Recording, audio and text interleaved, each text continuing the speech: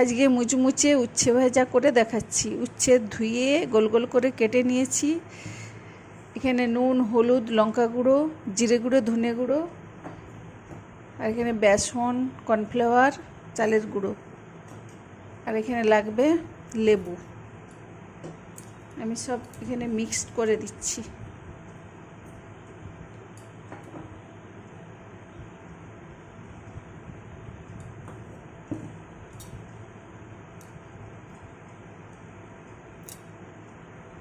দিয়ে মেখে নিচ্ছি। কড়াইয়ে তেল গরম হয়ে গেছে, উচ্ছেগুলো ছেড়ে দিচ্ছি। ভাজা হয়ে গেছে, তুলে নিচ্ছি। লাল লাল করে ভেজে নিয়েছি, আবারও ছেড়ে দিচ্ছি। মুচমুচে উচ্ছে ভাজা আমার রেডি।